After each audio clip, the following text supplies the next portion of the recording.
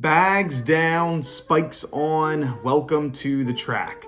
Hi, my name is Colin Waitsman, and I'm going to be your host of this episode of Track World News, presented by Track Barn. And today we have a very special episode. We're going to be recapping my favorite events from the USA Championship and going over all the things that we're super excited about from this past weekend. But with our first topic and our first thing that I was super excited about when it came to the US Championship. Before we go any further, I want to give a huge shout out to the sponsor of today's video, Manscaped. As track athletes, we're going to be running tons of miles every week and can be really sweaty and gross after a hard day of practice, but those days are behind us. Manscaped just sent me their brand new performance package, which comes with the Lawnmower 4.0 trimmer, Weed Whacker ear and nose hair trimmer, Crop Preserver ball deodorant, Crop Reviver toner, performance boxer briefs, and a travel bag to hold all your goodies. Look, I've tried a lot of razors in my day, but the Lawnmower 4.0 is just different. Its ceramic blade helps reduce grooming accidents, LED light allows you to shave anytime, anywhere, and since it's waterproof, you can even take it in the shower if you want. When shopping with Manscaped, use code TWN at checkout to get 20% off your entire order, plus free shipping worldwide. Show up to your next meet looking good. If you want to be the best, you gotta look the best. Link is in the description, and now back to the video. Sydney McLaughlin obviously broke her world record once again. She runs a 51.41 in the 400 meter hurdles, which breaks her previous world record, and now puts her 1.2 seconds faster than the second fastest person in the year this year. That's crazy. She is running over a second faster than the next best person in this event. She also would have qualified for the 400 meter open final at USA's with her time of 51.41, which she did over hurdles. Not to mention that, but this now puts her at having 4 out of the top 5 fastest times ever, holding the number 1 time, the number 2 time, the number 4 time, and the number 5 time. Dalia Muhammad is the one that has the 3rd fastest time ever. So Sydney McLaughlin is on another level. She is part of this tier of athletes that the only way that they lose is if they have an awful day. And there are very few amount of athletes that are on that tier list. I would say it's Sydney McLaughlin. I'd say it's Ryan Crouser. It's Mondo Duplantis. Yeah, other than that, that's it. The athletes where they're just in another stratosphere when it comes to being able to compete at a high level are very, very small. And she's probably one of the headliners for it. And it's really cool to see just her demeanor towards winning as well. She's extraordinarily humble. After these interviews, she's giving God the glory for this and thanking her team, her coaching staff, and everything like that. It's so interesting to see just how she handles the limelight, how she handles winning and treats the fans and everyone like that. So she's been a real treat to watch competing over these years. And the question that I've been thinking is, when will we see her run sub 51 and get into those 50s? I mean, she's less than half a second there now. She's been progressing every single time she's at a major championship. I mean, look at the last 3 majors she's been in. She's broken the world record. She broke the world record at USA's this year. She broke the world record at the Olympics last year. And she broke the world record at the Olympic trials the year before that. So she is just continuing to go on this tear of elite performances when it matters the most. She shows up when you need her to show up. And it's so wild because she's at that point where a world record's expected. That's how good she is. Her compete, and that was, in my opinion, the best performance that we saw this weekend. And when she did it, it was just kind of okay, makes sense. All right, off to the next thing. She's just that great. Fred Kerley running a 9.76 in the semifinals, and then a 9.77 in the finals, and beginning off this meet with a 9.83 in the 100 meter prelims. So Fred Kerley once again goes on a tear during this USA Championship. So he drops 3 times that are sub 9.9, 3 times that would have been the world leads at the time. So 9.83, then 9.76, then 9.77. Those 3 times would have been the world leads going into this meet. And so he just is showing extraordinary consistency when it matters the most. And he is really developing his speed and showing that, no, he is not just that 400-meter runner trying to do the 100. He has legitimate 100-meter speeds. He beats Marvin Bracey, who equals his PR with a time of 9:85, and then beats Trayvon Bromell, who was the world's fastest man last year, the man to beat in many people's eyes this year, with a 9:88. And so Fred Kerley is performing great right now when you're going into the World Championships, which is just 3 weeks away. So it's like, man, what's going to happen up here? Are we going to see a sub 9.7? I mean, like, let's take a look at the consistency that that Fred Kerley has had. This is the consistency that he's had. So since the Olympics, he has run sub 10 in 13 out of 14 races. And then since the Olympics, he has run sub 9.9 in 6 of those races. So a little under half of his races that he ran sub 10, he has ran sub 9.9. And then 3 of those races, he has run sub 9.8. So he is doing an extraordinary job here, putting together good races when it matters the most. And so I'm looking forward to seeing what's going to happen next. I mean, the trend looks like, okay, looks like you're probably going to be popping a 9.6 here soon, because you've done these 2 fast times, and everyone knows in order to have that one pop off, you need to be consistent at that time right underneath it. So, hey, you want to run sub 10 for the first time, you got to run a lot of 10.1s, 10.2s, and then that sub 10 is going to pop. We saw that here with Elijah Hall. He comes in 5th place, but he ran a 9.9, a big PR for him. First time under 10. And he had ran 10.0s, 10.1s, 10.09s, whatever, a lot, very consistently. And then now he pops that 9.9. I also just feel really, really good for him. I mean, he drops his PR, and he definitely was going through a lot of emotions, most likely, with his friend and training partner, passing away with, Bromell. And so having him kind of live on with his legacy there and continuing and running a really fast time, coming in 5th, something that he definitely had to be really proud of, for sure. So that was my next favorite thing. We're going to be talking about my picks for the 100 or the 4x1 soon. So we're not going to be talking about that now. Next week, we're going to be talking about picks for the 4x1 and picks for the 4x4. So if you're looking for all of that info, we're going to talk about that later. Women's 200, and that was Abby Steiner. So Abby Steiner drops a 21.77, which was the new world leading mark. It no longer is, because Shericka Jackson runs 21.55. But it is now the 2nd fastest time in the world, the fastest time in the United States, and would have been a national record for college track and field. But since it's post-nationals, it doesn't count, but it's still an all-time time since she was running under the Kentucky uniform. She also ran a 21.80 in the semis. In the final, she ended up beating Tamara Clark, who ran a time of 21.92, and Jenna Prandini, who ran a time of 22.01. So just like Fred Kerley, Abby Steiner is putting together an amazing season when it matters the most.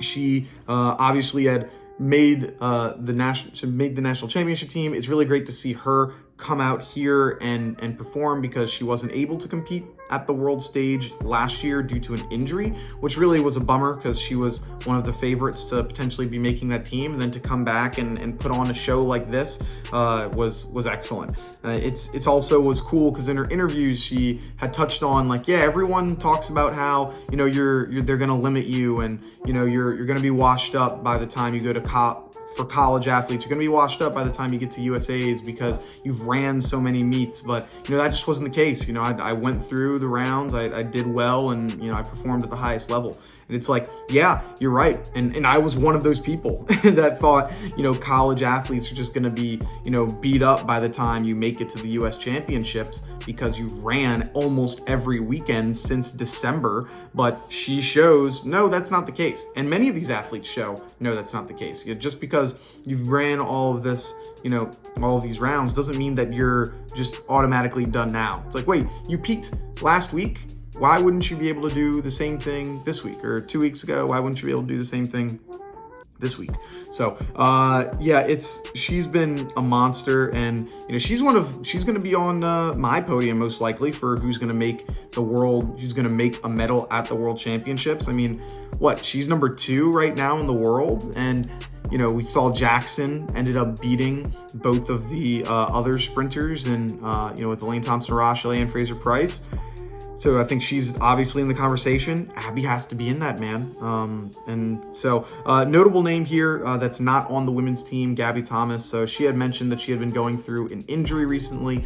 She had a hamstring tear 2 weeks ago, but she still wanted to try and make the team. So the fact that she even made the final in the USA 200 is astonishing to me. Like, the fact that you have this terrible injury just 2 weeks ago and you rehab it and you're able to make the final, is impressive in its own. Stinks because it would have loved to see her be able to compete in the World Championships, but she'll be back and better than ever. Obviously, she's a world-class talent, so hopefully we'll be able to see how she does in the future here.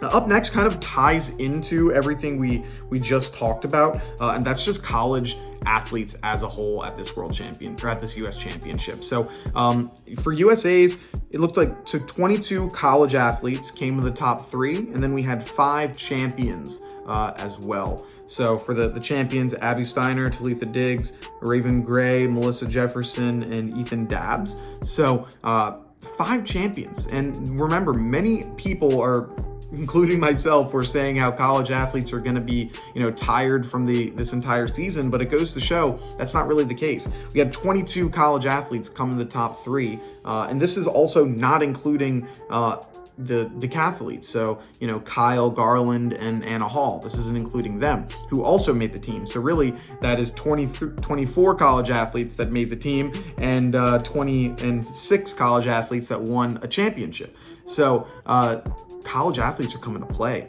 and it seems like their training is able to still carry them on through these longer rounds. It'll be interesting to see how this is going to go down when it comes to Worlds, because that's, once again, another championship that you're going to have in 3 weeks. And so the peaking cycle has to be difficult. Like, I'm glad I'm not a coach here. If you have an athlete that is, qualifying for Worlds, you had to peak for the national championship, and then you had to, your peak could probably carry on through USA's, and then you got to peak again at the World Championship. And so it's like, oh man, we have 3 of these peaks that we're trying to hit within a couple, month and a half period. That's got to be tough for anyone. I couldn't imagine trying to, orchestrate the training cycle in order to do that. But yeah, it's been really crazy to see how well these college athletes are performing. I mean,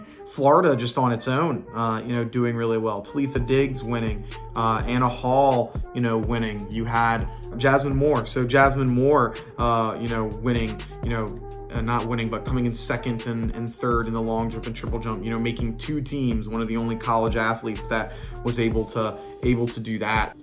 So adding this second segment to the episode, I originally recorded this entire episode before the news of who was in the Bowerman got released, but after seeing what was just going on, I have to talk about that right now and here. So yesterday, the Bowerman releases their finalists, and they have Anna Hall, Abby Steiner, and Cameron Rogers on the list. And all 3 of those women are very deserving to be on the list. Anna Hall, obviously your indoor and outdoor champion in both the pentathlon and the heptathlon.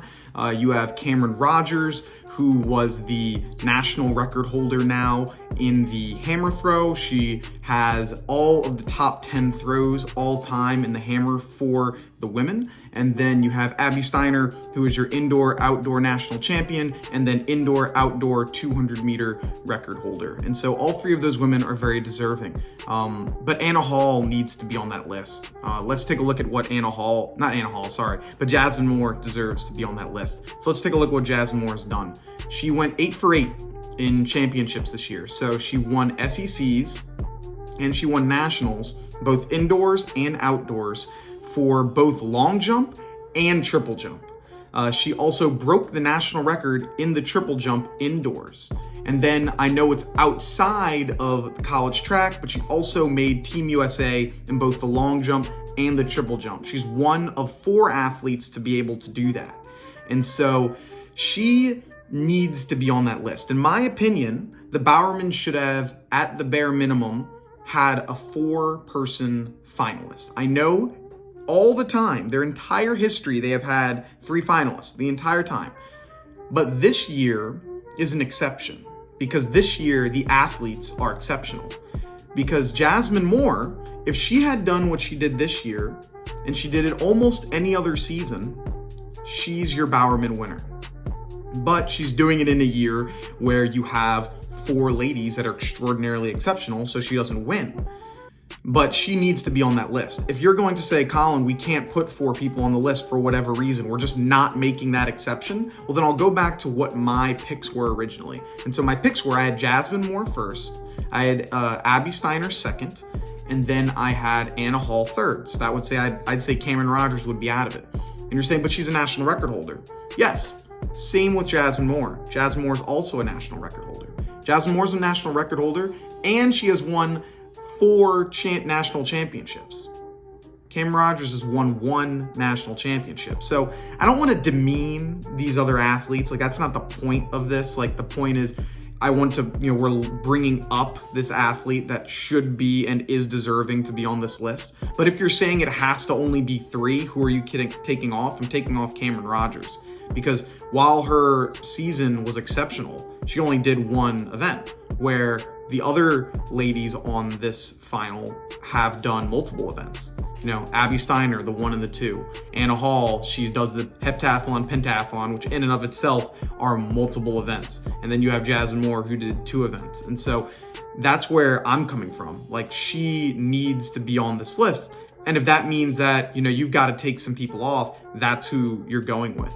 Like I said, I believe all 4 of those ladies should be in the final, but not having her there is criminal. It should not be allowed. And it's funny because the Bowerman knows that they messed up. If you look at all of their posts that they've ever made, all the posts, they all allow for comments. You're allowed to make comments on the posts and their tweets and on their Instagram.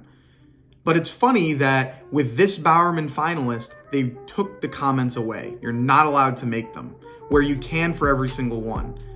So the only reason you would do that, because it's an intentional move, is if you know you messed up. And so they know they did something that people were going to be mad at, and so they turned the comments off so they couldn't say it right on their posts. You got to do better, Bowerman. You got to do better. Now, back to your episode. Now, let's go on over to the last story that we have here, and that's going to be the Noah Lyles 200-meter dash. So for the men's 200, Noah Lyles ends up winning, running a time of 19.67. He beats Erriyon Knighton with a time of 19.69, and then Fred Kerley, who made his second team in the 200 with a time of 19.83. And then as a note, since Noah Lyles already has a bye, the 4th place performer, which was Kenny Bednarik, who ran a 19.87, he will be going to the team as well. So your team will be Lyles, Knighton, Kerley, Bednarik. Josephus Lyles just misses out on the team. He ran a 19.93, which is a PR for him. That would have been awesome to see the Lyles brothers competing together at the world stage, but just missed out barely on that. So Noah Lyles, the reason that this was such a great performance, one, the time was really good. 19.67 was awesome, but it was the way that he won and then what happened after, which was why this was one of my favorite moments from the meet. I do what it takes to win. Erriyon got the best of me on the turn. I saw him reach his top speed, and I said, mine is faster. That's how I'm gonna catch him, and that's what I did.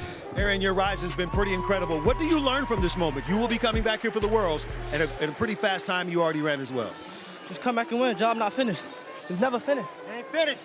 So if you watch the race, Erriyon Knighton is leading the pack for the first 115 meters. They have the splits here, and so through 100 meters, Erriyon Knighton came through 100 meters in a 10.31, and Noah Lyles came through in a 10.44.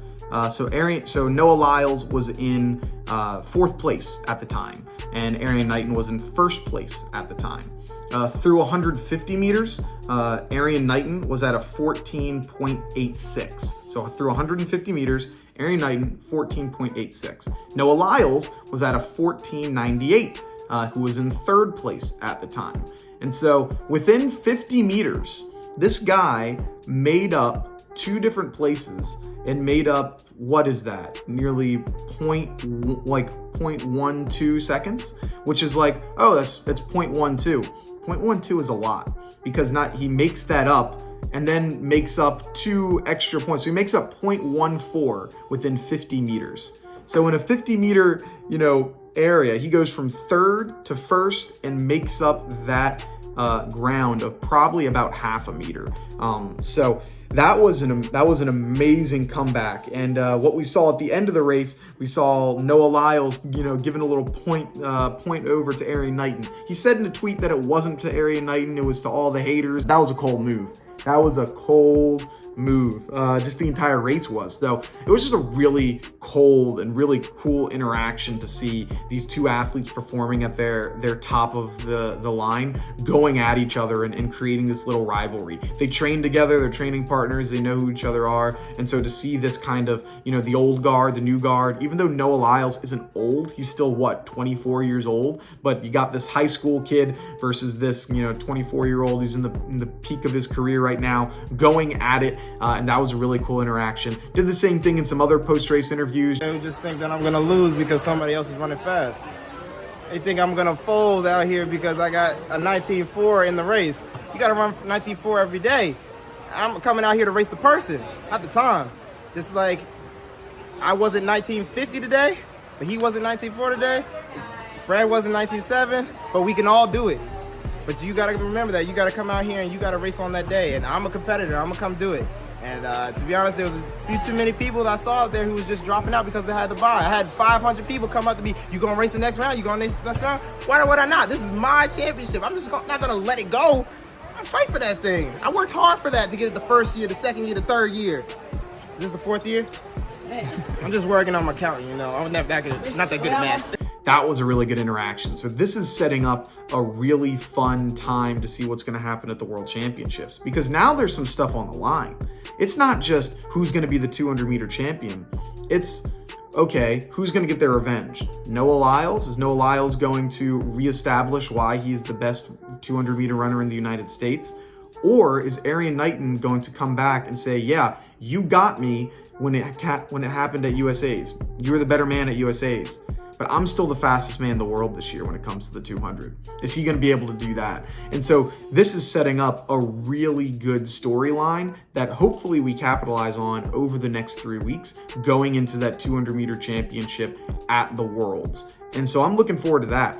Or could we even see somebody else sneak by and end up getting the win there? I mean, obviously Fred Kerley, he's coming off of those 100-meter performances. He had 2 sub-20 performances here, gets top 3. How are we going to see him execute when it comes to the 200-meter as well? So overall, fantastic competition when it came to USA's. Just going over the top 5 favorite performances for me. Obviously, there are many other great performances and storylines that we could go over, but we want to make sure we keep it short and sweet, let you know what are some of the things that I liked. What were some of the stories you enjoyed? Your favorite meets, your favorite storylines, favorite competitions, all of that. Also, if you're looking for conversations on Sha'Carri Richardson, so if you wanted to hear my take on her not qualifying for the 100 and the 200. I don't talk about the 200, but if you wanted to hear, my take on the 100 meters, I did make a video on that. You can check out the channel where it's just one video talking about Sha'Carri Richardson. It says reaction, Sha'Carri Richardson loses in the prelims, and you can listen about that. It has my entire take, all my points, but I wanted to focus in on some of the other athletes in this video. So if you want that, you can go check that out. That's going to do it for us here. If you want more content, make sure that you subscribe, leave a like, leave a comment. Really helps us know you're enjoying the stuff. If you want more content, go over on Instagram at Track World News. We post almost daily over there. That's going to do it for us here. Have a good one. Peace.